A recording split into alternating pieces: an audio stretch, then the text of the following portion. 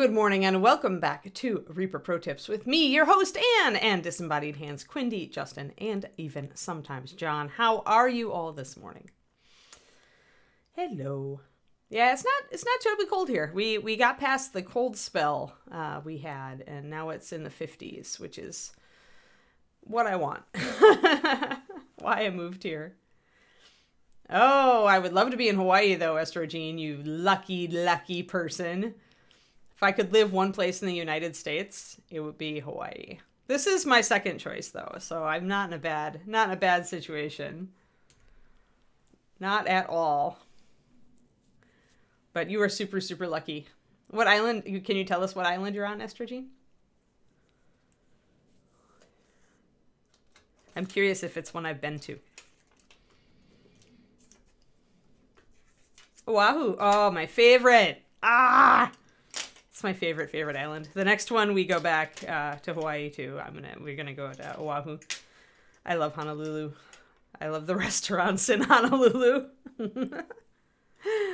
But Oahu is gorgeous everywhere. Like the East Coast is just gorgeous, and the North Coast is gorgeous. And the only coast I haven't been to is the West Coast, the more quiet coast. So that'll be for this trip. Maybe we'll go whale watching. I don't know. I'm really looking forward to it. Like, it'll be probably a next year plan, but I want to get back. I love Hawaii so much. Definitely my favorite state. Oh no, that's so sad. I'm so sorry, Estrogene. That sucks so much when you have a fave. So what we're going to do today, real quick, before we continue like talking about stuff, is we are going to, I decided something. Because when I originally primed this, I was going a bit from this direction, but I realized that and you can see it actually, but you can see that light actually does travel. And this is something to remember when you're doing a side light. It does actually travel over the bridge of the nose and hit that cheek. You can see it. Even if I block my other light, you can see that there is some light there. And so I shouldn't have all of this side of her face, like necessarily in shadow. There should be some of this warm light traveling over to here.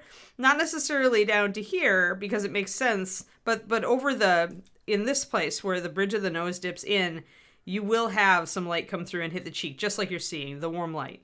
So although I highlighted it on the cool side, I do actually need to bring some of that warm light in to make this look more accurate. So we will be doing that today. We'll be altering what we've done, which means I need to mix up my base skin tone, which is, if you remember, a 2-to-1 tanned skin, 9044, my favorite, most versatile skin tone, with the Griffin Golden Brown from the Fast palette, which is fast becoming a favorite, and really, it's a very, very good replacement for Chestnut Gold. Hey, Val. Thanks for the Kiri faces. We had our favorite Indian restaurant shut down due to COVID, so I'm with you guys. We have to find... There is another one, but it's more expensive and doesn't give you quite as big portions, so we're like, we're not sure about that. It is tasty food, so we can't complain about that. But yeah, that is the sadnesses. And our local game store, I think one of the contributing causes, the main contributing cause was that the mall decided it just didn't want a game store, which is really pathetic. But the other, during COVID wasn't easy for them either. So yeah, so let's grab our main thing. And then remember, we made a slightly more reddish tone, which you probably don't need because that's more of the blushy type tone. So I use that more in where we were warming up areas of the skin. Although if we decide we want to do, I did add it a little bit to the ear too. So we're probably okay with that. I'll just remix our main skin tone so we can bring up that cheekbone.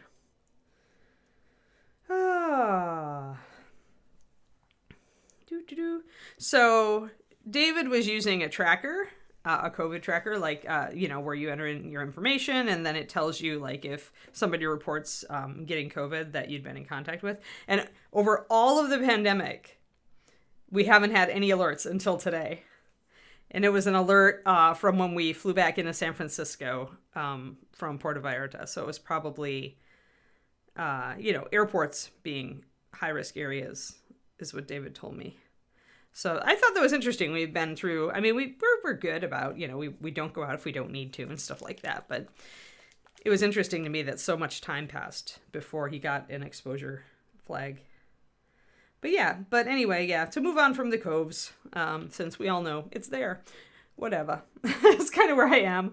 Let's just paint. Let's talk about it. So for those who are just now signing in, what I realized is that with my angle of light, there would be a way for light to, you can even see it if I hold, and this is what I always tell people to do, is make a straight line from your light source and see where it hits. So if I hold my brush here, and the hat actually helps me do it, what I see is that the light comes in and I should highlight more there. And it also, see the line? It should hit this other cheekbone. And you can see that if I cover up the light source up here, you can see that that warm light actually is hitting that cheekbone. So I need to correct that. Before the snow? Oh, are you guys? Oh, that's right. I saw winter storm warning. So where's the winter storm, guys? Like I saw it flash by on a headline, but I didn't see what states it was for. Are any of you under it? And if so, I hope that you're doing okay. There, I got a little hair on that. A hair on my paint job. You know how it happens. Most states east of Mississippi. So probably my brother. Is it Midwest too? Upper Midwest, like Michigan and Wisconsin? That's where I'm from. My fam is still up in Wisconsin. Well, half of my fam is in Wisconsin. Oh, wow, yeah. Northward from Tennessee yesterday. Yeah. Okay, so maybe a lot of it missed Wisconsin. My brother and his family are in Wisconsin. And my mom was flying up there this weekend because she needed to go to her doctor back home. So I hope her flight goes okay. Because I think she was flying today. Yeah, hopefully she missed it. Getting loads in Michigan? Oh. I should text my mom later then after the stream and see if she's doing okay and if her flight is okay.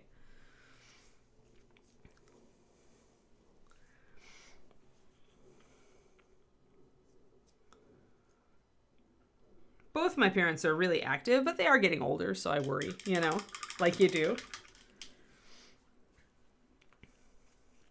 Alrighty, so let's do this. Now, I'm not going to mix up my... I'm not going to mix up my shadow yet because I have some thoughts on my shadow and how I might want to kind of change that too. I've been working on another bust, and my dragon lady, as David calls her, I'm just calling her that now instead of forest demon. Everybody gets so confused when I say forest demon, even though Ignis Art calls her that. So what I'm going to do here is I'm going to bring up the highlight here a little bit.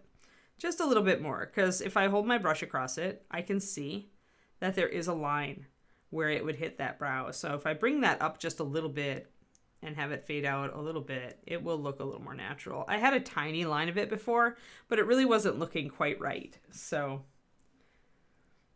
no snow in Milwaukee, just cold? Oh, okay, that's good to know. Thanks, Turgeon. I didn't know you were a fellow Wisconsinite. High five. Even though I lived in Texas for like 17 years and I've now lived in California for a couple of years and I was born here, I still consider myself a Wisconsinite because I grew up in Wisconsin. All right, so when you're doing a highlight like this, cross face, where most of the face is in shadow, but as you can see, some light is coming through, you don't want, obviously, to put light on this side of the nose, right? Because the light is coming from that direction. You would still see a shadow. Let me see if I can get that to show. Yeah, there you go. So you see the shadow that falls right on that side of her nose, and then you see where it picks up the cheekbone. So that's what we're trying to emulate here. So if you look at it, it's like the inner corner of the eye is where that highlight starts. Let's get a little better in focus here. There we go. There we go. So yeah, so the inner corner of the eye is really where that highlight starts, and then it goes out to around there, and then it kind of fades off really quickly. So depending on your brightness of your light source is how much fade you get, by the way. When you have a very bright light source like the sun, you should have your highlights go to shadow very quickly. And when you have a very diffused light, like a more overcast day or a dim kind of hazy sunshine, which is how a lot of our figures are kind of painted, the hazy sunshine way, then you get more time to transition and your highlight won't be as bright. Ron, we have, they will be 3 busts from Bones 5. that Julie Guthrie sculpted. There's an elf, a male elf in a hood, and there is a sorceress with a dragon, and then there's a bust that we did a while ago for ReaperCon for a promo, which is a lady with a rose and very long hair, which actually is excellent practice because it's a little bit smaller. So when you're practicing like doing big blends on skin tones and doing lots of hair, it actually is a pretty good project bust for that. And those will be out when they're out, as Bones 5 actually releases, then it'll be coming. So those 3 will be out. This one was, I really hope, I keep saying this in the hopes that Ed or Ron like actually hears it, but I really hope they release this bust. I think this is, even more than those, this is a great entry level bust for painters who are used to 28 millimeter specifically, because it's sculpted a lot like a 28 mil. As far as the features and the level of detail and the eyes and everything else. So I feel like this bust is very much in the style of a normal Reaper Mini, just blown up bigger. Whereas Julie is better at more realism, so her pieces tend to go that direction. So, and both are very useful. Both are very, very useful if you're looking to get better at busts. But I feel like I wish that Reaper would bring this one out. So I'm still crossing my fingers, and if nothing happens, I'm going to yell at Ed at ReaperCon. No, it is not. This bust is not. The reason I'm doing this bust, and I don't normally do models that are not available or that are like out of production temporarily, but the reason I'm doing this is that the techniques I am doing on this bust are techniques you can do on any bust. Grab any bust you want. Well, okay, except maybe a furry person bust. Like, obviously, your techniques are going to be a little different, although you can see I'm also doing a shadow on that side with the furry person bust. But if you are doing a female model of any kind, the techniques and colors and things I'm showing right here are going to be perfectly the way I'm highlighting the textures that we're going to get into later. All of that's going to be applicable. So you can use my colors on any female bust and use the techniques for the blush and everything that I'm doing on any bust. So, but I wanted to take this opportunity because I don't have copies of the Julie busts, and also I already painted one of them anyway. So I wanted to take this opportunity to actually show you guys bust painting on this show, because otherwise I couldn't tell when I was ever going to get, those other models. So blame me for choosing the model that is not currently available. However, in my defense, I had 2 copies of it, so it was an obvious choice. There we go. New releases. Yeah, and that's what Julie just said. If you want Reaper to do more busts, buy Julie's busts. Like, this one sold out super fast. If Julie's busts also sell, then Reaper will do more. Like, that's flat out what Ed and Dave say. Like, if you want more Reaper busts, buy the current Reaper busts. Because we've done experiments like this before, where we put out a flat, but the flat didn't really sell very well. So we're not going to do more flats probably if they don't sell. So that means that if you want busts, you got to speak with your dollars, because that's what, remember, Reaper is run by accountants and they always have an eye on the business and they want to run the business effectively. So speak with your wallets if you want to see more busts. Val, with male busts, you're going to drop the level of blush, usually. You're not going to accentuate it like you would on a female. Your skin may be a little rougher. You may use more texture. Your jawline is going to be a little cooler, depending on hair color. You may even leave it like cool, like almost grayed out a little to suggest stubble. You're obviously not going to, you're going to like de-emphasize wrinkles. You're going to have a smoother tone overall on your skin. Putting a female skin, especially young female skin, tends to be extremely smooth, and even more so than like guys I see. And so you have that smoothness. If you look at Kirill has done both male and female busts, and he always is a little bit more, he's showing like lines, he's showing more like, it's hard to define, but that's kind of the feel. It's the feel of the bust. You want it to be more masculine. You're probably going to emphasize the jawline more, because the jawline on males tends to be wider, so you maybe highlight it a bit more. It depends on the bust though. But that's how I would do it. When I did Grumpy, I really emphasized, given he's like really a beat up old guy. Well, he's not really old, but he's a beat up guy. And so what I find is that male busts tend to be sculpted with more of that. Like even like young soldiers, you can see the lines on their faces because of who they are. And so the sculptor will choose to emphasize that more on men because honestly, and this is a bit sexist, but it's more like the norm. Like most busts, people are wanting younger women, and for male busts, you have more freedom to do the whole gamut of ages. Although there are some excellent elderly female busts out there, but a lot of them are also out of print. So,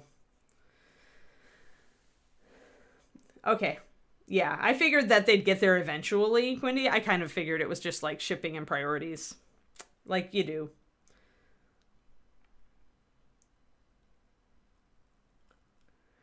Everybody is, crows, twiddling their thumbs as far as bust goes. I mean, the best thing you can do maybe is, the Ask Reaper Anything. If different people keep asking Reaper on the Ask Reaper Anything, hey, where's that link? Give us the Ask Reaper Anything link, Quindy. If different people keep asking, when will Reaper make more busts?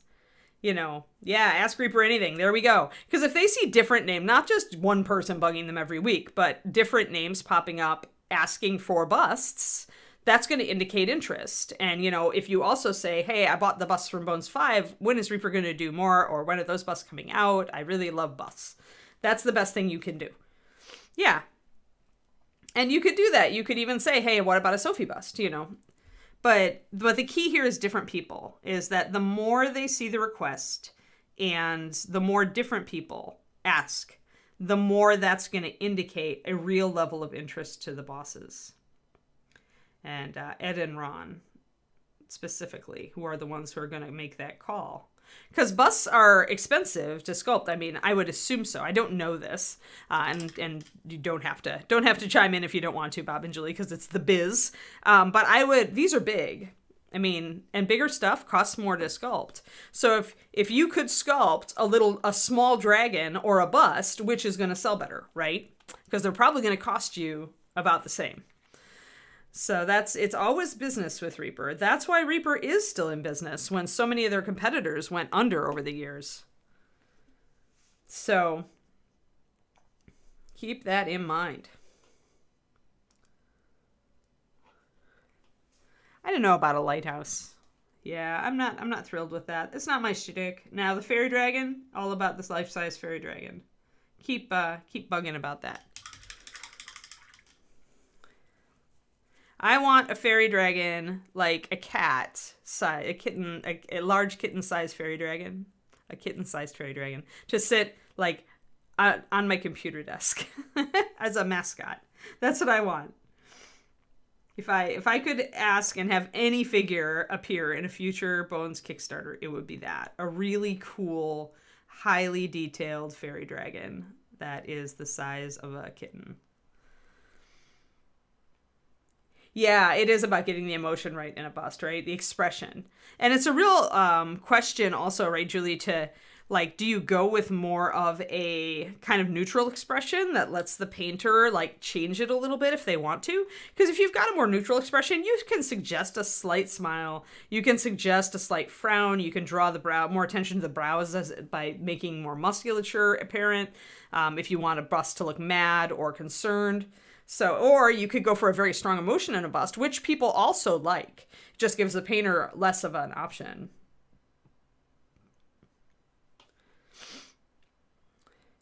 I'd like to see a revisit of The Grudge, actually, Nomad Zeke. Like, if I could, like, because it was a big project. It was Jason's putty catcher for a while, I think. But there were parts of it that definitely weren't, like, were a bit rough. What I would love to see is the character of the Grudge resculpted. Like, give me a new version of that dwarf warrior, maybe done by somebody else or redone by Jason now that he can do digital, because Jason's like digital skills are like awesome now. So I would love to see him revisit that character and do it digitally, where maybe, it would be harder to do things like hair, but it would be a little easier to do other stuff. So I don't necessarily want a house cat. That's too big for Bones. Like, I feel like that's too big. But a kitten-sized fairy dragon would be perfectly in line to be painted as any adult fairy dragon. They're small. And that would be lovely. That would be, like, awesome. And, you know, you could always introduce, like, a giant fairy dragon to your games. Or you could do an Alice in Wonderland, because fairy dragon, and have the fairy dragon shrink the characters. And then the characters have to do complete an adventure as like, little fairy-sized adventurers. That would be, like, my ultimate adventure. That would be super fun, because then you could have them fight, like, mice. Except the mice are gigantic. Yeah, but I don't... The thing about Mal Shadowraven is that Mal is huge, and although I think Mal sells because it's a bit of an iconic dragon, like multi-headed dragons are iconic, I don't think a fairy dragon would do the same, to be frank. And I love that model, and I was one of the people who suggested it back in the beginning. Like, I've been asking for one for a while. Like, I love fairy dragons, and I love Mal. But I haven't painted my Mals because they're too big. They're too big for me to tackle right now. I would prefer a smaller one so that I would maybe actually paint it. Not as small as, like, Wormgear, but, you know, like, as big as the dragon, as big as Navathar.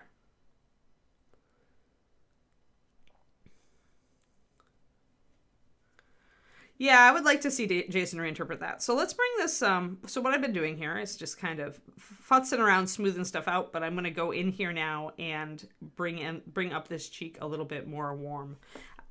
See how cold it is right now? See that cold bluish light? That's great if this was really all in shadow. And I can keep that highlight over here, but right up here, I need to bring in some warmth. So I think I'm actually going to take her hat off, much as it is my reminder of how things should be. Yes, agreed, green users, agreed. So to get them to gamble on a life-size fairy dragon, I think we have to go smaller. I don't mind, as long as it is, like, a dragon that's, you know, like, yeah, the face is awesome. And like I said, I'd love to see Jason revisit that in digital and see how he interpreted the character now. So I've got a little bit of color that I brought in here. You can see a little bit of warmth. Let's bring in... We remember that the shadow has to be here, though. So let's just kind of dab in a little bit, map in a little bit of the warmth we need. And I'm just using my base color to do this.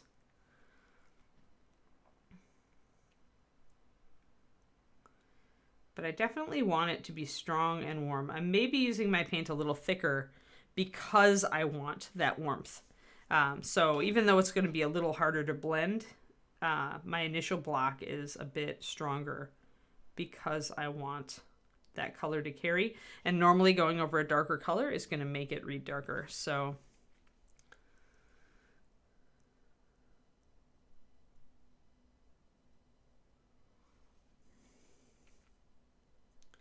now after I've got my initial block in, as I want to expand that, now I'm going to thin my paint more.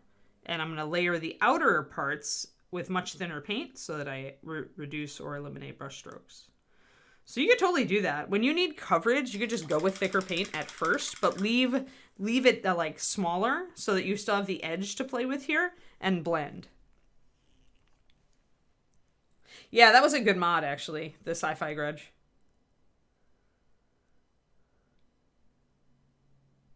Ron, it's the you decide where the light is coming from. And then you paint it accordingly. Here, the light is coming from here, but you also have the hat, which casts a shadow. You can see the shadow that it casts, even in this light. Like, compare that to that, right? So, notice that the jaw is still in shadow either way. But the top of the face changes significantly. So, you should always... Okay, when you're a beginning painter, it's okay to just paint things as if the light is falling roughly from above. But as you get better at painting, start thinking about light. Because if you ever want to do non-metallic metal or OSL, if you want to do those techniques eventually, you need to have a grasp of the light. And so the earlier you start thinking about light direction and how light acts, the better that's going to set you up for success when you go to do conceptual techniques and really understand conceptual techniques like NMM.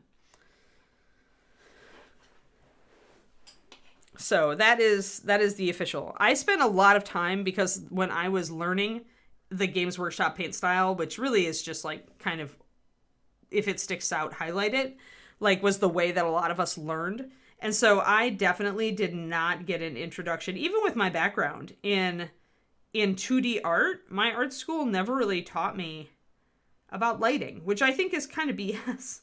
Like, they never actually, like, broke it out. Like, they kind of would kind of, like, touch on it, and they'd say things like, you know, oh, darker shadows here, or whatever. But they never actually, like, broke down light and really set you up to understand it the way that mini painting does, which is ridiculous. Like, we do a better job of teaching light than many art schools do. What? I don't know. But my art school, like, definitely failed me on that particular... Like, I learned, like, lettering and designing fonts, and I didn't learn how light diffuses as it travels away from its source. Like, yeah. Seriously. But yeah, so light, always think about it. Start thinking about it. If you're a baby painter still, or you've just come back to the hobby after a very long break, which means you had the same upbringing I did, then, you know, slide back into it, but start thinking about what happens with light and where is it coming from in your model. And the easiest lighting is just to do diffused overhead lighting, which is what a lot of us did back in the aughts, the 2000s. I'm going to put a glaze over this because I'm definitely still seeing brush strokes and probably need to get some of my shadow color mixed up so that I can do some wet blends. Bringing in a heavy glaze, gonna feather the outside edge, kind of blending with water now on the brush.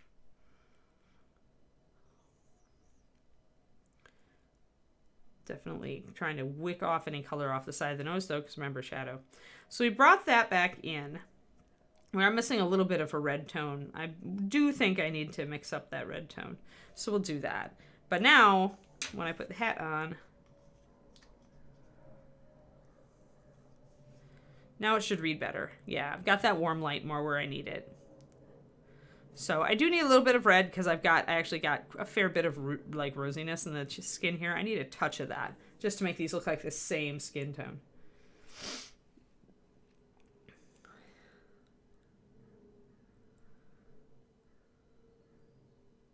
That's because Knolls are awesome. I'm biased. All right, let's do this red. So we grab 2 drops of our starting skin tone, which I've kept fairly thick on purpose. And then we add some oxide red to it.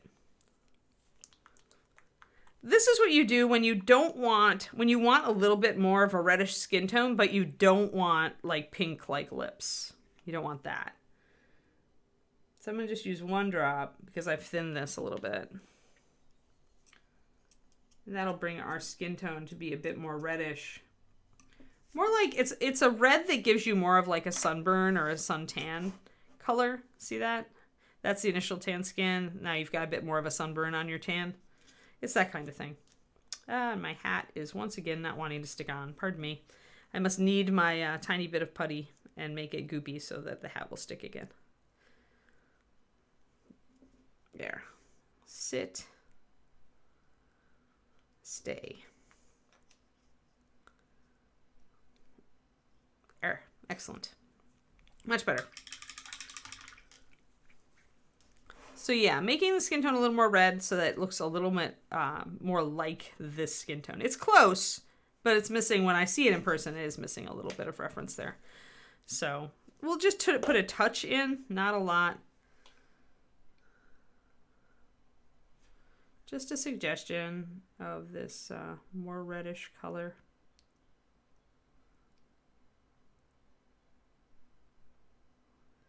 Just kind of around, like down on the lower part, I think. And maybe up on the eyelid as well. I maybe want a little bit more. Hold on. Yeah, this means I have to paint it. I have to place another Reaper order, huh? If I want that new knoll. If I want another knoll. Ah, okay. My hat is annoying me. I'm leaving it. Leaving the hat. Discarding the hat temporarily. Sorry, hat. There. So now with another drop of oxide red, you're getting you're getting a lot more sunburnt. So this is like weathered skin. This is the kind of skin color I used to mix for like doing Vikings, where I would start with a very reddish tone and then bring it up more. But any wind or sunburned, weathered skin that isn't outright like sunburn, like fresh sunburn, is usually this is a good type of color to start that with.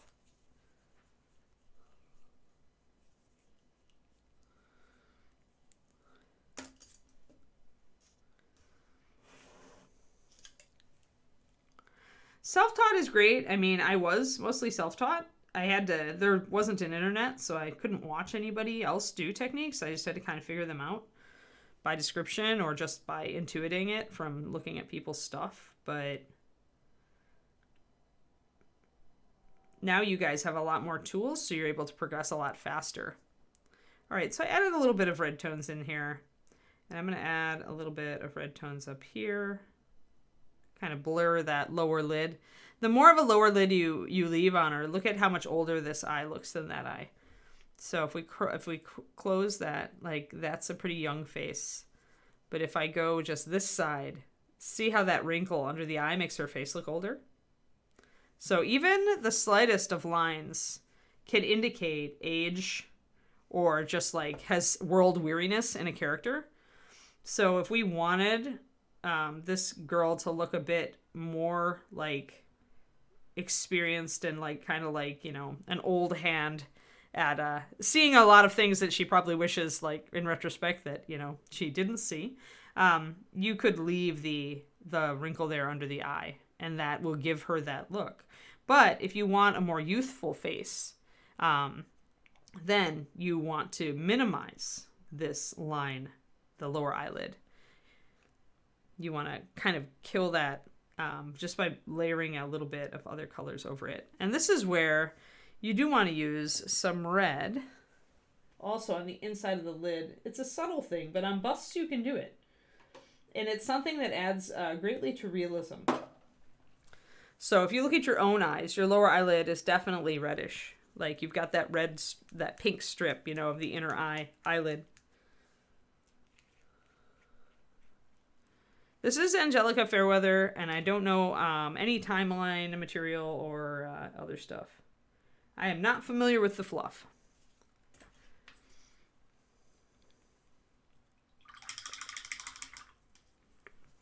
But yeah, you can see where I did it on this one side, actually. Hold on.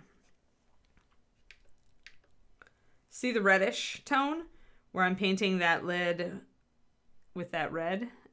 That's really realistic. This is more cartoony. So as we come in, we're going to minimize the where I painted the eyes in really dark, just like I do on a 28. As we come in and do the whites, which is going to be my next thing, we're going to minimize this dark line. We're going to actually pare it down a lot. We'll glaze over it. We may leave a little bit of it, or we'll match it to the hair color, which people wanted a brunette that wasn't terribly blonde. So we will probably leave a slightly dark shadow there to mimic the effect of eyelashes. If you're very, very good, and if the sculpt permits, which it doesn't always, you can actually do the lines of lashes on busts.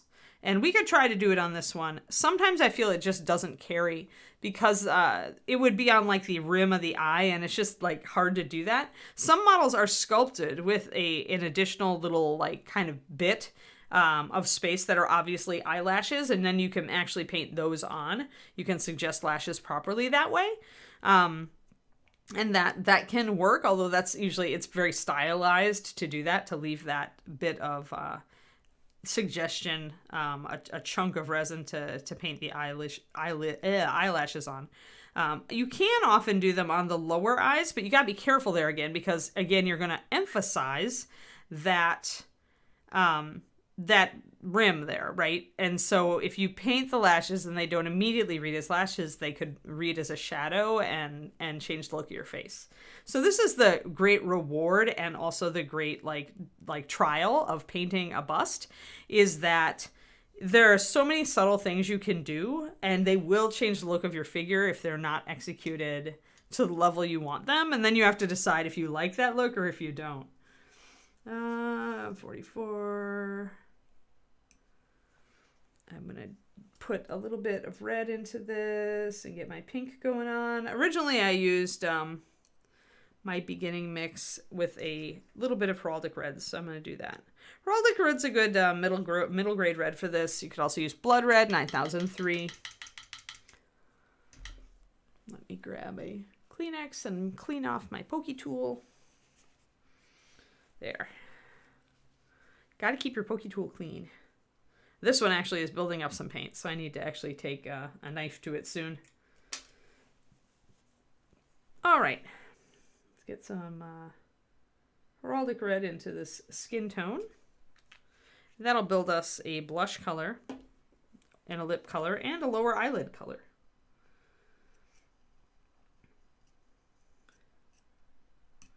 Which gives us, one drop, gives us this color. So now got our base skin tone, our skin tone with red oxide red in it, and our skin tone with an actual red. You can see how different they are. Putting the actual red next to this makes it look a lot less reddish. But before, this looked much more reddish next to that. It's whatever is next to your color is going to change the look of your color.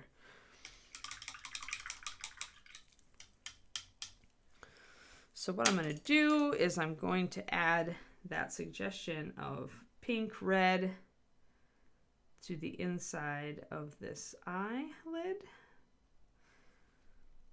See if I've got it strong enough. When you're painting a small area, just like when you're on a 28mm, sometimes you need to brighten the color a little bit more to have it show up. So kind of assess as you add rosy tones if it's working or if it's not working. This may not be quite as strong a red as I need. We'll see. Although actually when I add it around there, it actually is showing up decently. So instead of portraying this as an external eyelid, like I'm more bringing it to be the inner lid, the inside of the lid, of the lower lid, using it as that instead to suggest that color. When you do that, you do want to do a little bit of a whitish highlight also because it's wet, right? The inside of your eyelid is close enough to your eye that's a little bit shiny. And when you have shiny, you need a white highlight. Must have it. Otherwise, no shiny. And we hate it when we don't have shiny. All right, let's see here. So yeah, we're gonna do the eyes of the whites of the eyes next, which is actually the grays of the eyes, by the way, especially on a bust. You will not actually use white, except for maybe the final highlight. If you look at your eyes in the mirror, you will see that they are actually kind of a yellowish gray, a pale yellowish gray. Using a color like Weathered Stone, 9087, is right in line with the color of the white of an eye in reality. Maybe a little bit lighter, maybe a 50-50 of that with, so I'm gonna give just a little bit of highlight there, just like I did here.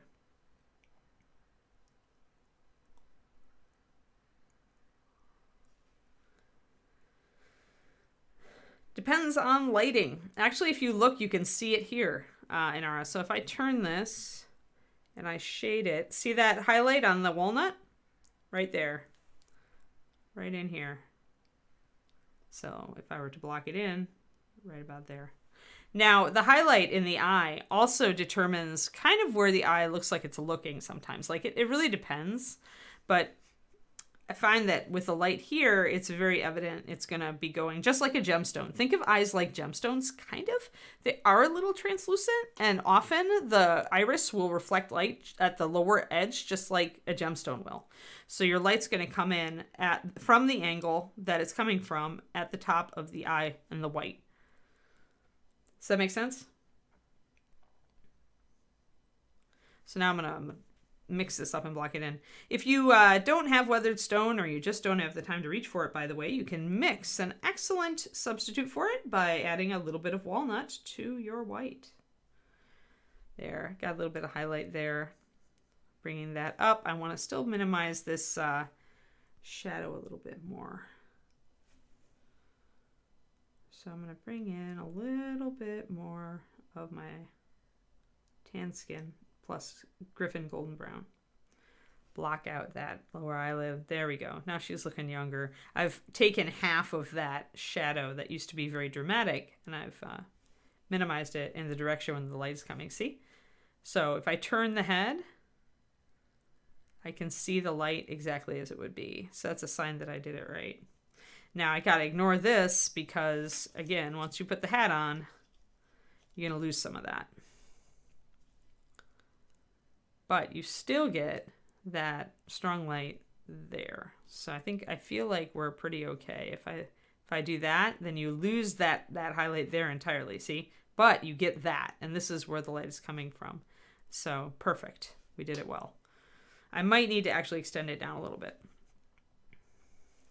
Always use your real lighting in your environment if you can. Get a directed light so that you can hold your model up to it and assess. If you're using a bar, like an LED bar light, like I am, and you're more looking for a directed overhead light source, then you need to put your hand up and block off some of that light, because otherwise that bar being so long is going to distort how your light is shining.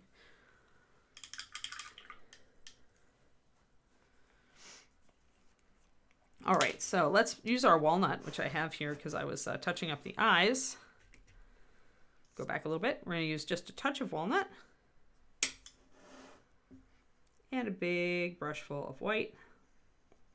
And we're going to rinse out our brush and grab another big brush full of white and pick up the rest of that gray that we inconveniently got in it. So a tiny touch of walnut and 2 big brushfuls of white. That's getting close. That's getting close. If we want, we can even add a little bit of skin tone into that, because yellowish gray, remember? And skin tone is mostly ochre. So that's nice. It warms it up very nicely. We'll start with that. So much darker than you'd think for the white of an eye, but if you look at it in relationship to the other colors on the palette, it is the lightest color. It is somewhat close to this, but it is lighter. And we're going to go up from here. So this is the shadow color for the eye. Let's get that up there.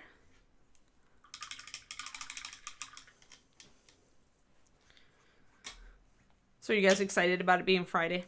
I'm excited about it being Friday. We're going to have the inaugural session of the Mountain View Paint Club at our house this Sunday. Probably only going to get a couple of people this week, but better than nothing. All right, I'm going to thin this a bit. Because there's so much pure white in this, it's going to be very opaque. I don't mind that, but I want it to be a little bit less so, actually. I would rather build it up on the eye than have a really hard, like, fill in and then have to muck around with it. So I prefer to, like, work everything in a little bit softer. That's a little better. You can see through it a little bit better. I don't mind building up multiple layers. I almost prefer to build up multiple layers because I'm going to have more opportunity then to kind of tune things as I go. Instead of like just throwing a blob on there and then having to work with it, I can build it up slowly and have a little bit more time to just kind of develop. Like I'm putting it a little bit over that walnut base that we've got. Like I said, I want to blur that line out. You still want a darker rim around the eye.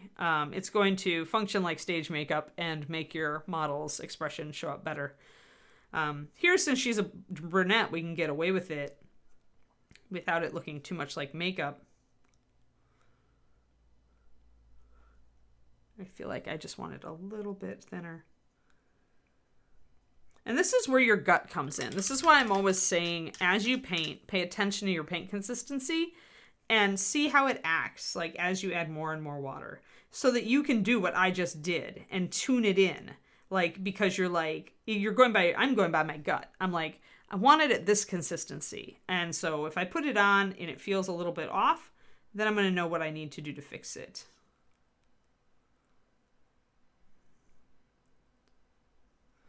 And that's something you get from practice. We are going to put a bit of a pink-red sclera. Is that the proper term for that interior eyelid? We are going to put that in because on bus, you can. Yay.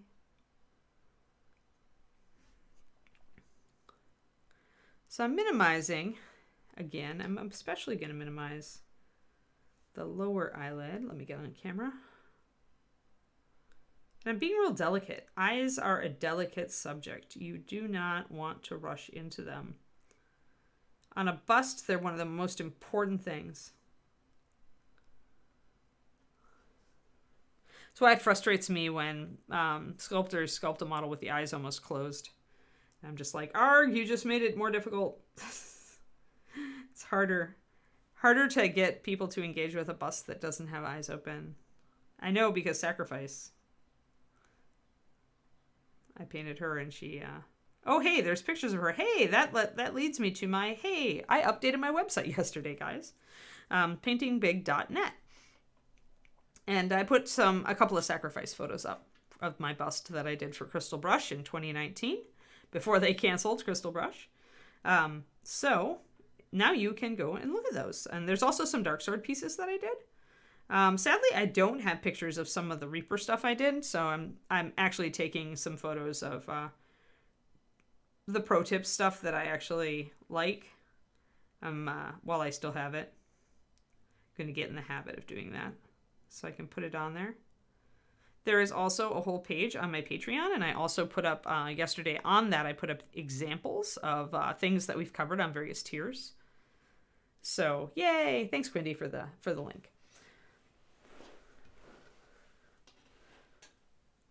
Yes, Paint Club on my Twitch on Saturday, twitch.tv/paintingbig. I will be working on Dragon Lady, aka Forest Demon. Hello, Cajun Beauty.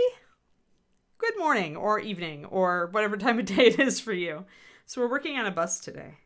All right, now, the thing to remember about eyeballs, that once you've got your base coat down, which is a gray, is that they are round. Remember, they're a rounded surface. It's a bulgy surface, which means round. It's kind of an oval round, but it's still round. So when we, afternoon, all right, cool. Yeah, I guess it's still morning for me, but for half of the US, it's afternoon. All right, so I'm going to block in the other eye while I talk about this, though. So the other eye, by the way, is going to stay darker, and I may go over it with a glaze to keep it that way. Once I have it blocked in, and see how watery my paint is. See, I've got too much on my brush. When you see this sort of thing, puddles, too much paint on your brush, folks. Dab off some of the paint on your brush. Or in my case, rinse out your brush, use your damp brush to wick off that excess paint, and then when you load your paint, or load your brush again, make sure to unload it adequately. Oh, nice! Excellent, KJ. I'm so happy for you. I hope you have fun. My advice to you is to actually thin those Games Workshop paints that you got, that your friend gave you or whatever. Thin them in the bottle a little bit. So add some, like get a big brush and add a few like big drops of water to them at least to make them a little smoother out the bottle for the base coat colors. I find that helps. I used to work for Games Workshop, and I was working at one of their stores for a while. And I doctored all of the paint in the store by adding flow improver and slow dry to it and water. And after I left, the employees complained because then when they opened a new bottle of paint to use, it wasn't like pre-prepped. So for the record, that works really well on GW model or GW paints. Essentially, I was making them more like Master Series guys. Like this was a precursor of all that was to come. I thinned them. I added flow improver to them. I did at that point add slow dry also, even though I then later went away from using drawing retarders so much. Though the little amount that I used probably wasn't bad. But that's because they're in paint pots, and paint pots dry out much faster than dropper bottles. Oh, remember, that's another tip to give you, Cajun Beauty. When somebody gives you the GW paint, so first thing you do is you add a few drops of water to it at least. As much as 10 or 20 drops if you want, if it's a full bottle. Shake it really well. When you store a bottle of GW, let's just use my my Valhalla Blizzard. When you store these pots, see if you can get them into a container where you can store them upside down. And the reason for that, oh, you do? Okay, yeah, you can add a couple of drops. I wouldn't add more than a couple of drops because it does impact the paint, but you could add a couple of drops to that Games Workshop paint. It would help. I wouldn't do it to Reaper Master Series. It's not as necessary. But with a paint pot, it can help keep the paint from drying out as easily. You just don't want to add too much because it is going to change your surface, and it's also going to change the adhesion of the paint. So the reason you store paint pots upside down is that there's all this huge opening for air to leak into. And there's probably even a secondary opening, because you see here there are two.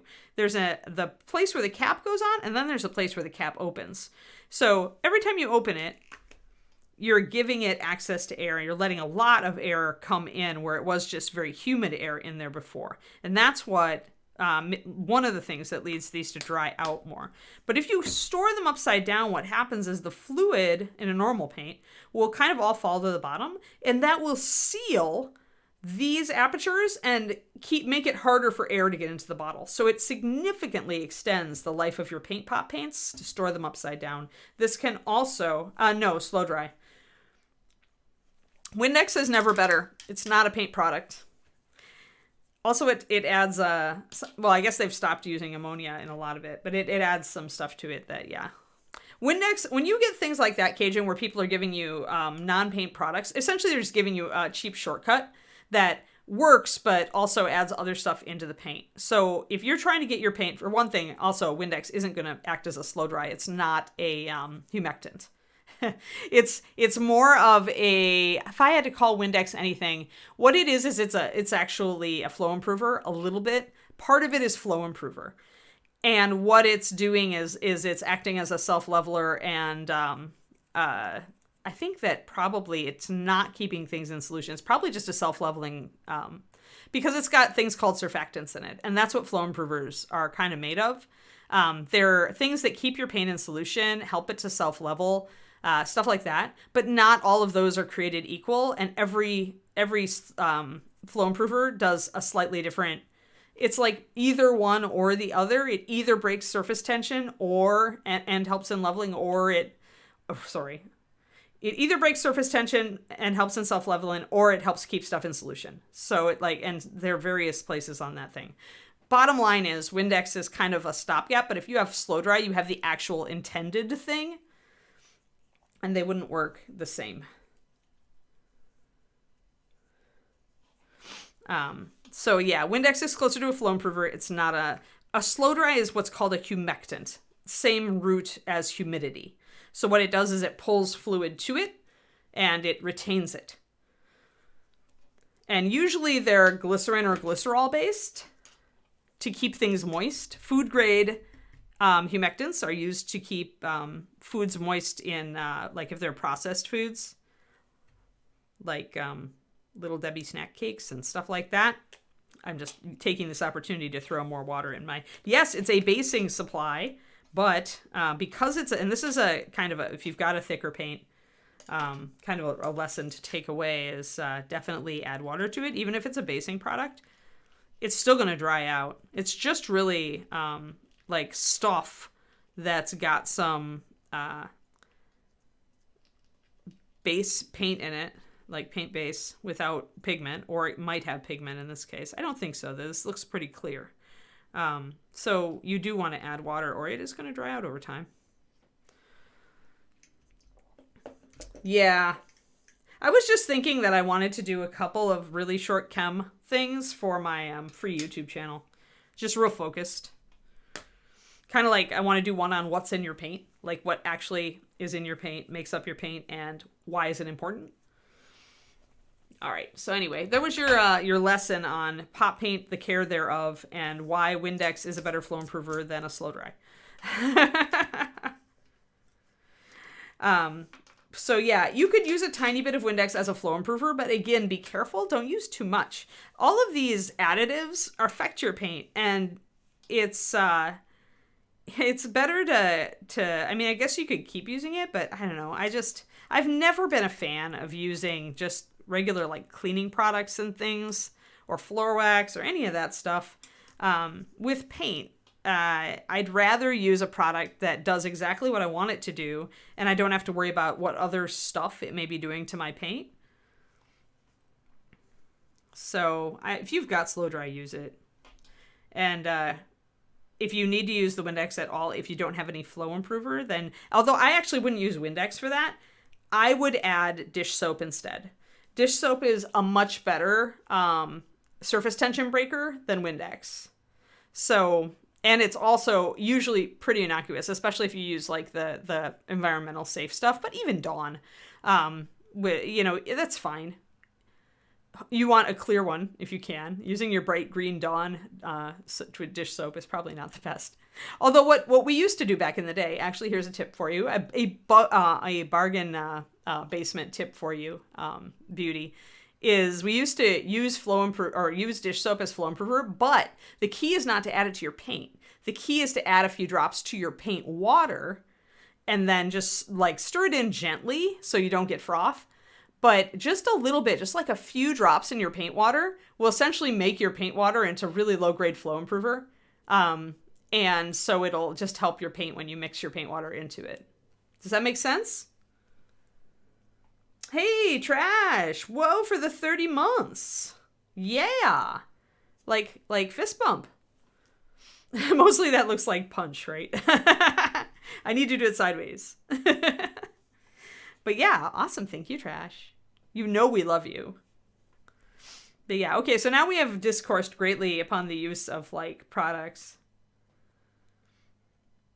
You know, but again, this is what, like, when I was, like, super broke, that's what I did. Like, I would, instead of using expensive flow improver, or more expensive flow improver, because I really like the Winsor & Newton, I would put a few drops of dish soap into my paint water and mix it in, and then I would just use that paint water to thin my paints, and it works just fine.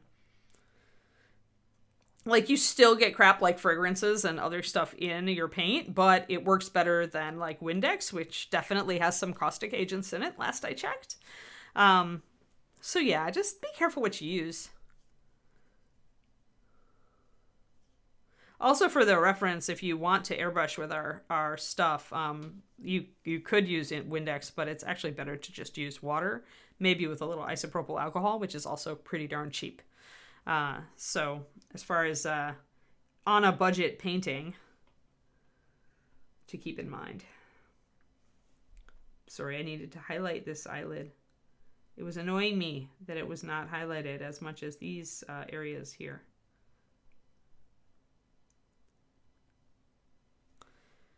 All right, so that's a little better. That's bringing the eyes out. I need to get more paint on that one.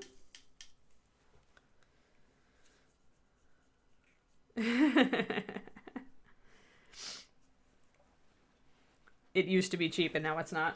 Well, at least though, I mean, you're getting a big bottle of it, so it's going to be good for a while. And it does, again, I just am in favor of things that do exactly what they're supposed to do and don't give you any extra weird stuff in your paint.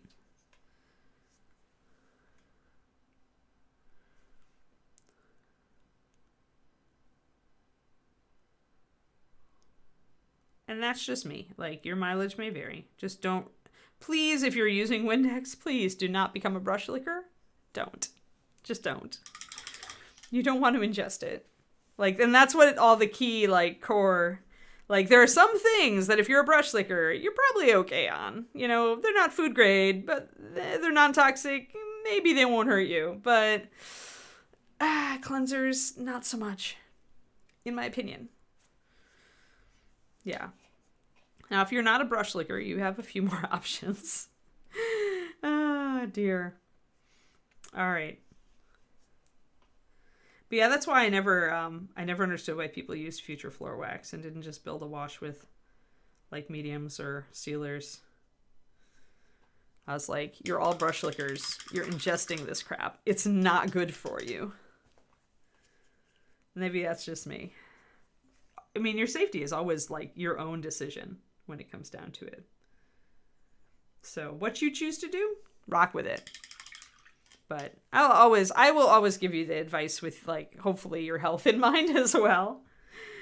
And mostly my stance on this comes from the fact that when I went to art school, they weren't really telling you how toxic things like turpentine fumes were.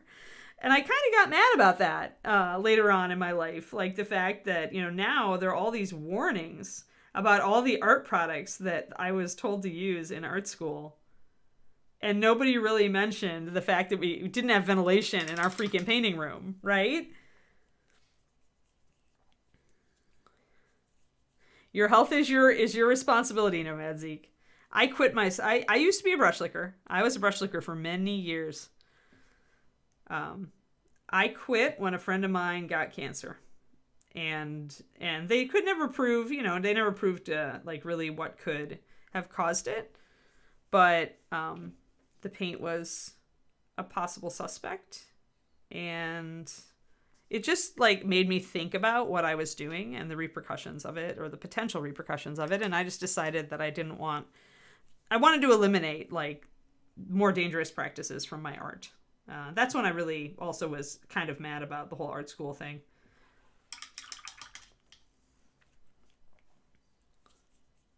Yeah. Yeah, it makes sense that you used it because you had it in our. That's what a lot of people did, right? But when you have other options, like, I encourage you to look at like better products, or products at least that are maybe not quite as harmful to ingest if you're a brush licker. Be careful if you're a brush licker, guys. I won't give you crap about it. I try to lead by example. I trained myself to tip my brush by doing this. Essentially, I rinse it out. I have it here. It's full of water. I put it in there. I twirl it, twist it, and I pull it up. And then pretty much I have a good brush tip. There we go. And that's as good as anything else. And I load it up and dab it off. And so I haven't noticed that I can't do micro detail. I can do better micro detail than I could when I was licking my brush. So yeah. But, your choices are your own always.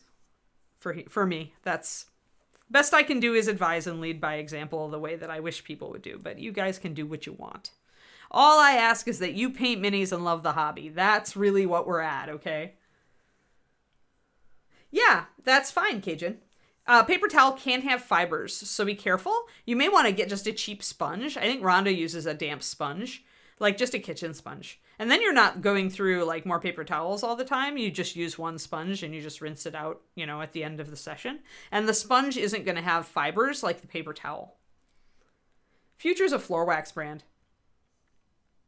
People use it for building washes. It's also called the Minwax thing.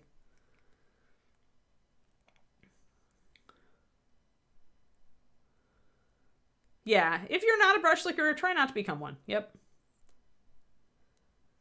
Yeah, Future's a floor wax, and people use it for a gloss sealer. People use it for a wash builder. Was never my shtick. So Cairnstone is a good highlight color for an eyeball because it is a yellowish gray, right? And it's not white. Let's try that. I haven't actually used it for this before, but I think it might be a good fit. Future and Minwax are kind of different. Future's pretty much an acrylic.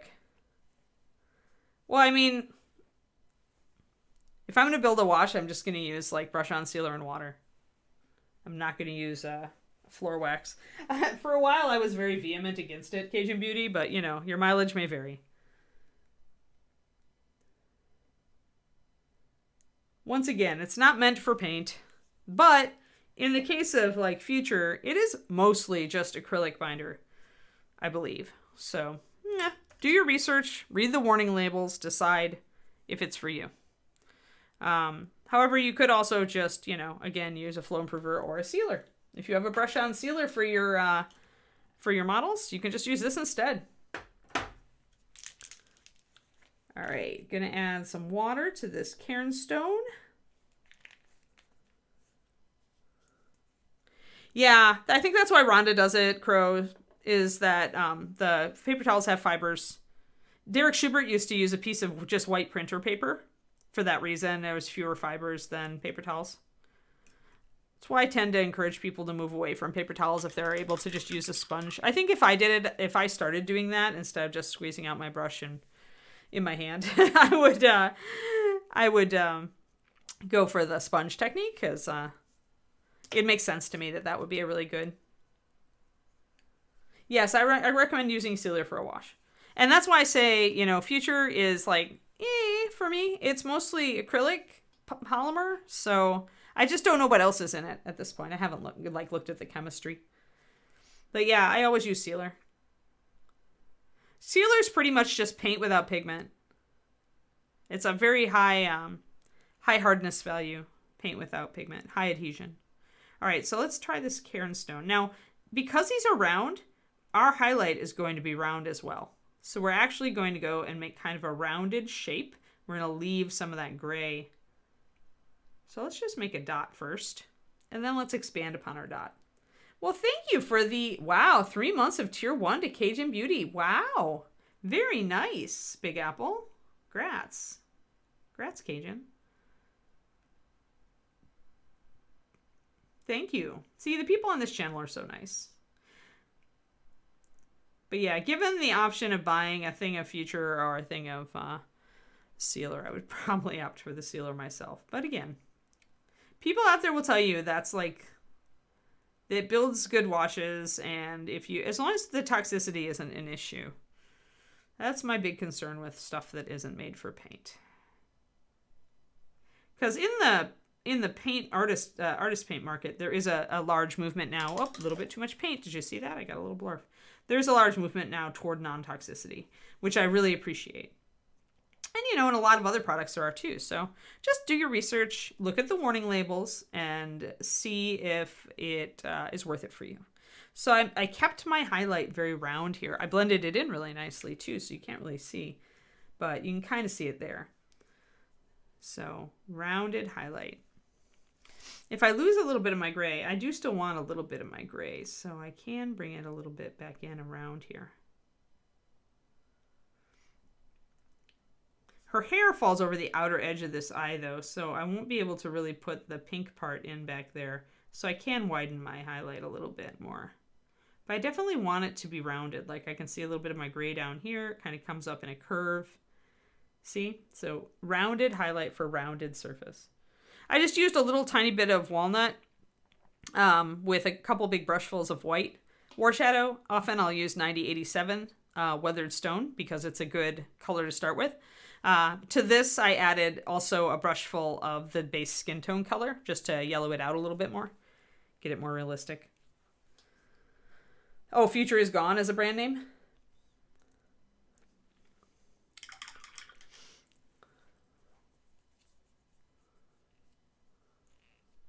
Pledge Floor Gloss.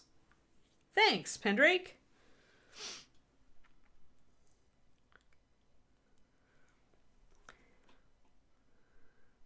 Pledge Floor Gloss. Man, what a man. Future Floor Wax had such a better ring to it. Pledge needs a new merchandising department. Oh dear. All right, so I'm going to continue to layer up the Cairn Stone. Again, using a rounded shape. Now, a lot of this is going to get covered up when I put the iris on, right? But that's all right. This is a pretty good color for the white of an eye, actually. Notice that it's not too garish. It is a bright white, and yet it's not, right? It's that. Like, these are our two colors. And yet they look perfectly convincing as eye whites. Yes, Liquitex Airbrush Thinner. Yep. Miniature Future label. Yeah, that's exactly it, Taran Wanderer. That's it. It's always going to be a little bit better if you use a product, in my opinion. It's all my opinion. But if you use a product that's meant for art, because you're not going to get any like weird chemicals in there that are meant to do stuff to floors, right? I don't know. I totally get budgeting also. But sometimes you can buy a big bottle of like thinners or airbrush thinners or products like that on eBay or something for a little bit cheaper, or Amazon if you catch it on a sale. So I'm putting the whites in here, but I'm actually I'm keeping it just one layer, and I'm also going to come back in with my gray here and really kind of feather in that edge so that it's a little bit darker on this side for most of the eye. Because this eye's in shadow, so it's still going to pick up a glimmer of light because eyes are shiny. But yeah, or have fumes. Exactly. Exactly. Thank you, Taran. You have totally, like, you know, kind of summarized why. Probably how they sorted in the store isn't a bad start, Cajun Beauty. So like by type, like your base coat, you probably want to have, you know, your base coats together. And then, you know, by color is usually how I do it after that, if I'm sorting by type. I go and put all my reds together, all my oranges together, all my yellows together. All right, I'm going to minimize the dark line around the eye here like I did on the other side by brushing kind of a glaze of that initial gray over it. I want to leave a little bit of a shadow there, but I don't want it to be so stark and cartoony as it is. We leave it dark on 28mm on purpose because 28mm, you need that contrast for the eye to even show up. But when you move to bigger models, you want to minimize harsh lining. You can still use lining. It'll become part of your style if you still do at this scale. But then, you know, you may use a lighter black, like more of a really dark gray out or really dark brown or something like that. And you probably are going to make your lines a lot thinner because you can. You've got a lot of thing. Hello, Grim. Yeah, we're doing whites of the eyes. I'm trying to figure out how much I'm going to get to because I need to do I'll probably do the little inner eyelids. I think it's sclera. Is it the little pink red bits at the corners of the eye? I can never remember what they're called.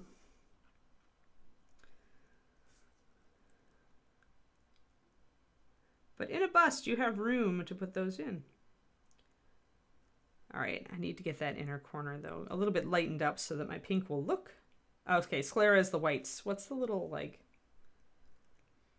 You shouldn't line them, Big Apple. Just fill them in dark and then put the white in the middle of it. And just keep it outlined. It's easier to paint until you get to the blending. Yeah, for eyes. Yeah, you have a lot more room. And this bust in particular has very big eyes. Because it's sculpted more in the tradition of 28mm.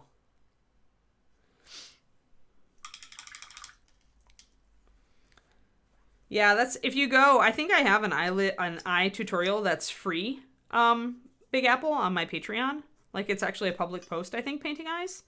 And you could also, if you are a patron, you can always search. But I'll give you that. I mean, that's how I paint eyes. Exactly as I do this. Exactly as I did this, where we started with the walnut, and then we just fill in, you just paint the white, and you leave the walnut around the edges. That's exactly how I do it on 28mm. There are a couple extra tips in that video, too.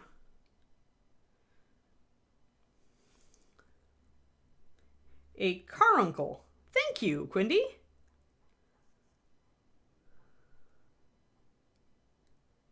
Yeah, there is more expectations from a bust because you can do more on a bust. But when you're starting out with them, you can just put a simple paint job on them and they will look pretty darn good. It's like what I always say about my Overwatch statue that I painted. Like, even blocking in his colors made him look great because he was friggin' foot tall, so he cast his own shadows pretty well.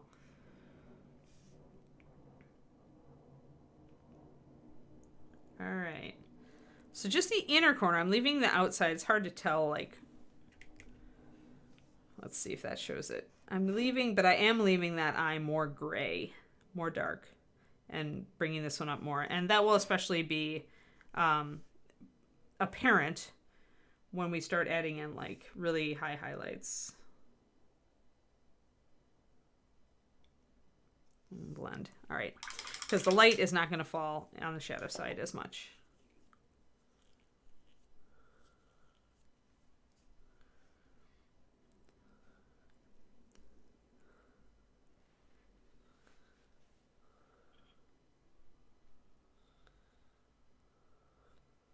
Yes. Did you pick up the eyeball monster? The faceless horror that Julie sculpted with all the eyes? That's your best friend when you're practicing eyeballs. If you just want to paint it and you don't want it to really matter or worry about messing it up, that model has crap tons of eyes. And so you can just practice all different sizes.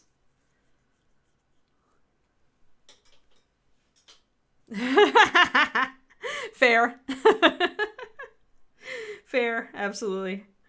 All right, let's put those little caruncles into the corner of the eyes. I'm going to remember that because it sounds like carbuncle, which is a fun word. All right, I'm going to add a little bit more red to my fleshy blush color. And a little white as well, I think. So for that color, I added a little drop. You can see my little drop of heraldic red. I'm going to add a little bit of white. That's going to make this more pink and less coral. I think I want even a little bit more. I still want the skin tone color in there. That might be okay. Except it's very small, so I think I might have to do a little bit more punch to it. You still want some of the skin tone color in this because you're going to get that pretty much everywhere. That's an organic part of your body. You're going to get that little bit of shift from the color of the skin.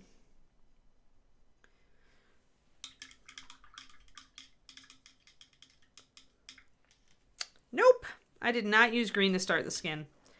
I painted my base skin tone over the walnut or over the black here. And I left some of it to show through for now. I am going to bring in probably some blue to like refine this side of the face as we go on. Because that's normally when you, depending on your light color and everything around it, you get complementary colors. So you could get some purple, you could get some blue. I tend not to start green with skin though. Not unless I'm trying for that shift. Or it is if it's an olive skinned person, but she's too blushy to be olive skinned. She's tanned. All right, let us. But yeah, there are so many different techniques for starting out skin tones. I totally forgot to put. We haven't even put additional highlights on this skin yet. We're still like our highest color is still our base coat, so we haven't even really started to come in and nail highlighting. Citadel is, I think, like, if you're looking for a wash that doesn't color the upper surface very much, I think Citadel does that admirably. Reaper washes are thicker grim because they're meant to be thinned to the level you want them. It was much easier. In my mind, when I was making them, it's much easier to just add a drop of water if you want the wash to be thinner or a drop of sealer, which is even better in most cases. Than it is to like just figure out how much paint to add to a really thin wash if you want it darker. I found that I wanted darker washes more often than I wanted lighter washes, so Reapers are on the heavier side.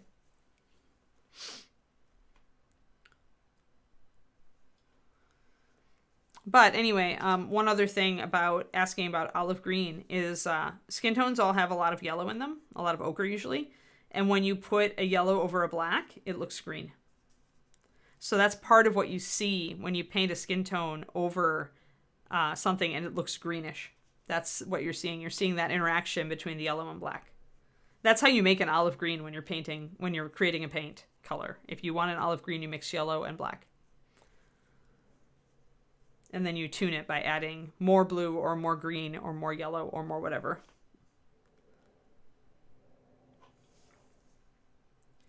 One thing I always wanted to do is to create a different line of Reaper washes, but I couldn't get a hold of samples of the pigment that I wanted to use. Sadly, the company that I was trying to work with on it never ever got back to us, which annoyed the crap out of me, so I kind of gave up on it.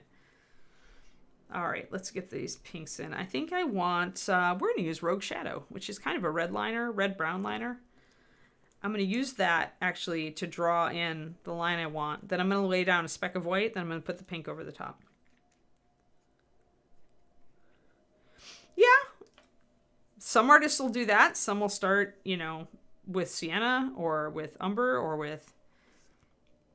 It's a totally valid technique. I don't use it, but it's just not an effect that I like as much. Also, I think you get diminishing returns on any underpainting with, including zenith lighting, with acrylics. Because as you build up more paint beauty, you're going to totally lose that initial color. Unless you make an effort to keep it, an effort to work with very thin paint and to keep that color, or you keep adding it in, eventually you will completely lose it. Because acrylic paint covers. Even the low coverage colors will eventually eclipse what is underneath them. So, okay, Rogue Shadow, talk to me. How are you going to work for this? I just used about 4 drops to 1 drop of water.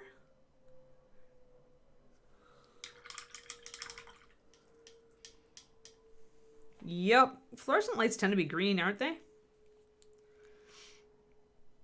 Gives a very unhealthy tinge to most people.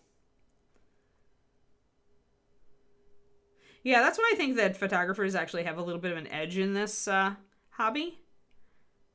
So let's put a little bit. And when you're putting in, if you're putting in the carbuncle, as we know it is called, remember again, you have a round ball of the eye, so you're kind of almost lining like this, except you're only actually showing this little part of it.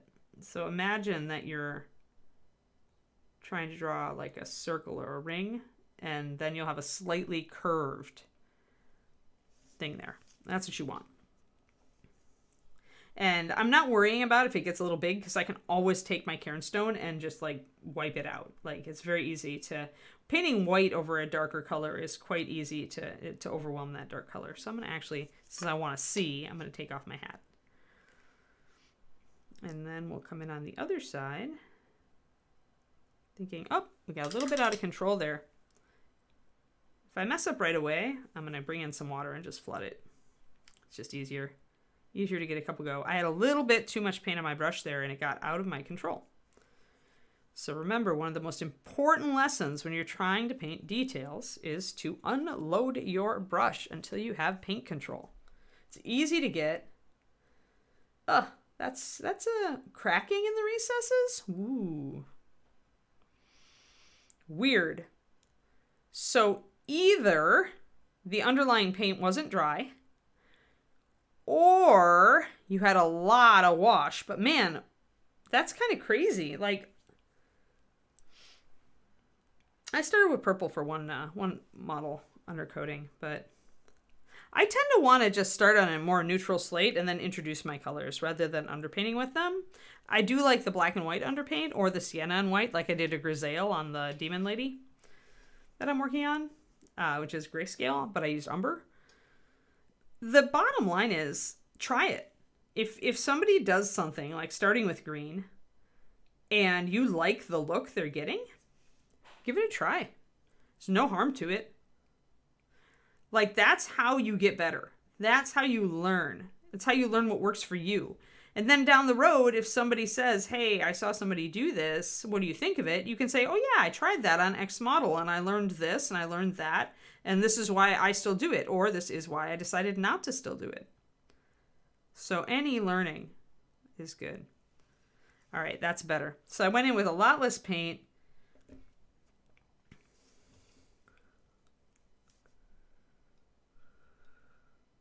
Yeah, too much wash left living in the sitting in the recess. So essentially, okay, let me talk paint chemistry, because we can, and we have like 7 minutes left, and I just plopped in these little thingy-whoozits, carbuncles.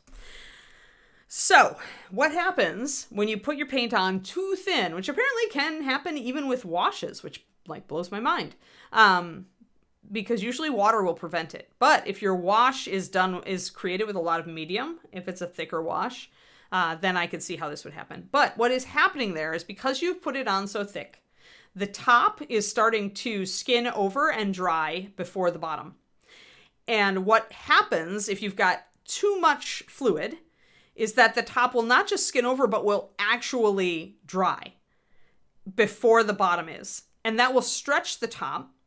And then the bottom still being fluid essentially is like the crust of, it's like ice. It's like ice, like seawater ice that's moving, because the bottom is still in motion and still fluid, but the top has frozen over. That's why you get all those cracks. So what you've done is create a frozen ocean. And like a kind of same thing like a puddle in the desert, because the top will dry super fast because of the arid climate, but the bottom won't dry nearly as fast, and so it creates cracks. So essentially you've created too deep of a substrate for the drying time.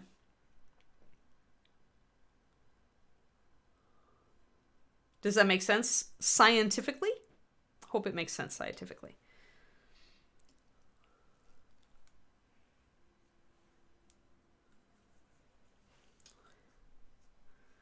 But yeah, this will happen with various paint lines, and usually thinning your paint completely solves the problem, like thinning it with water. So if that's happening with a wash, I would hazard a guess that that wash is mostly relying on fluid mediums for its body and not actual water. Or if it is relying, if it's obviously water based, but it's got a lot of other additives in there interacting.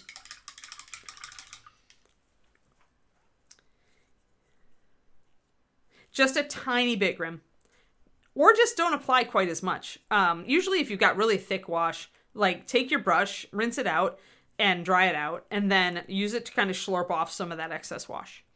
Unless you're finding this cracking, even though you didn't apply it that thickly, then yeah, I would do like 8 drops to 1 drop water. See if that helps.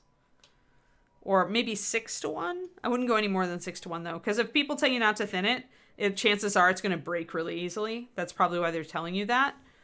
But if you keep enough of the wash with just a little bit of water, you should be okay. Yeah, and you can, like Dogfather says, just rinse out and dry off your brush, and then just bring it back and just slurp off some of the extra heavy puddles. You can still keep enough wash in there to give you a good shadow. Oh, way too... Jeez, that's really... Wash should never leave brushstrokes. Wash should self-level. The fact that it's not self-leveling gives me kind of like dubious reaction to this brand of wash.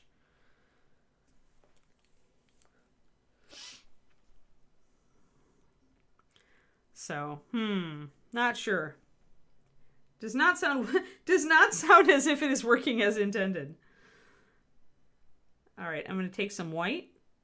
I'm going to put a little dot of white in the center here if I can. My white might be a little too thick. Let's see. If you are trying to do a very small detail and your paint doesn't come off your brush, you are probably experiencing the paint being too thick. So just add just a little bit of water and try again. In this case, I want my white to be strong enough to show up when I put that dot in that eye. Oh, so it's probably, yeah. So then it's just dried out a lot, probably, Grim. Just like I mentioned with paint pots, they do have numerous opportunities to dry out. Much more than dropper bottles. There we go. That's much better. And then this one.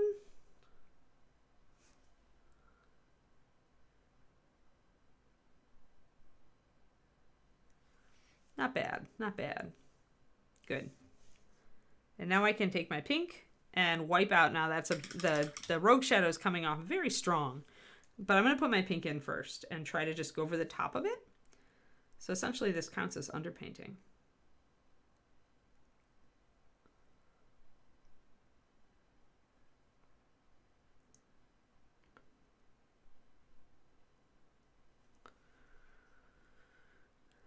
So the pink is a little thinned, and it should help to kind of dim down that line a bit. Now what I'm going to do, still a little bit cartoony, I think I want to take my Cairn Stone and do a glaze over the whole thing.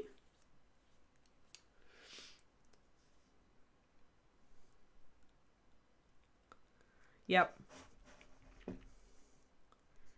Yeah, I'm pretty sure they're using a super thin base rather than actual H2O in the formulation. So yeah, add a tiny bit. If it's anytime your paint thickens, if people say, oh, don't add water to that, but your paint has gotten thicker over time because you're to the bottom of the bottle, maybe it's had time to evaporate more, just ignore them. Add a tiny bit of water. Just be cautious about how much you add, or you may break it.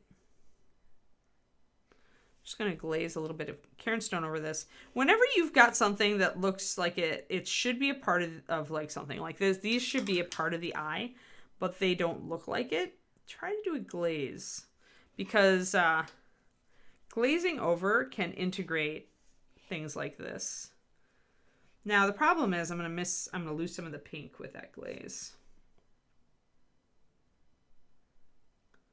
So I'm going to have to mess around a little bit more. But that's okay. Eyes are made for messing around with at this scale. assume you're not going to get it perfect the first time. It's a little bit better.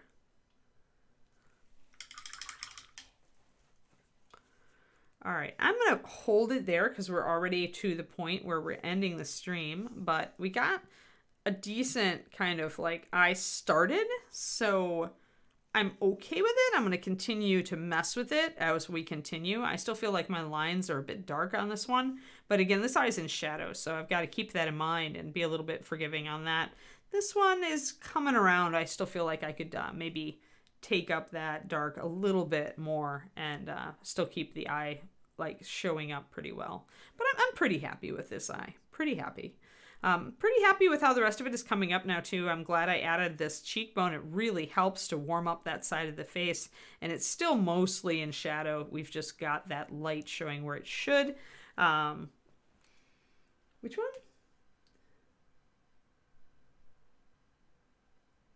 Oh, okay. Oh, Christine.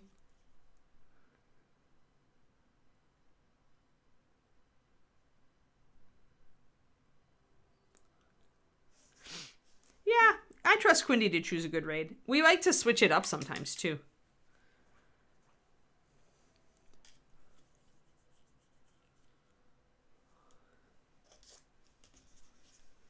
All right, guys. Well, there we go. So what we did today is we corrected a fault with our lighting where we had forgotten that light coming in at an angle would hit the other side of the cheek, just like you can demonstrate if you use your brush to kind of show the light. And maybe I stretched it a little bit far. I may have to tune this, maybe rein this in a little bit on this side, but it's part of learning lighting, of getting better at lighting, is to correct and then realize you overcorrected and then corrected a little more. Every time you do this, you get better. Even if you only futz a little bit, over time that's going to really pile up, and you're going to get better and better at judging and remembering how you should highlight a face in a given light source. There's also online references for this of lighting faces from different angles and using real human models, so those can be very useful as well.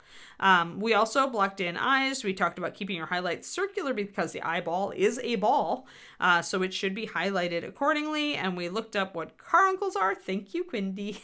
And we started blocking those in this eye. Something like a caruncle should never be like overt. Like, it shouldn't be something that jumps out at you. So you should strive to like have it there, but also have it not like super evident. Yeah, we've got Reaperland at 3. So fantastic. Thank you guys so much for showing up. I hope you like her. We haven't even started on real highlighting, which I'll probably do the eyes next time. Probably, unless I really feel like skin highlighting, and then we're just going to go for it. So we're either going to do skin highlighting and texture on a bust next time, or we're going to do eyeballs, or maybe we'll have time to do both. But our next stream on Monday will be Darius the Blue. So I hope you all have a fantastic day and a fantastic weekend, and we'll see you again on Monday. And also remember, I'm streaming tomorrow, twitch.tv/paintingbig, somewhere around the 3:30 p.m. mark. I usually am on shortly after 3:30 p.m. Central Time. All right, we'll see you guys around. Bye-bye.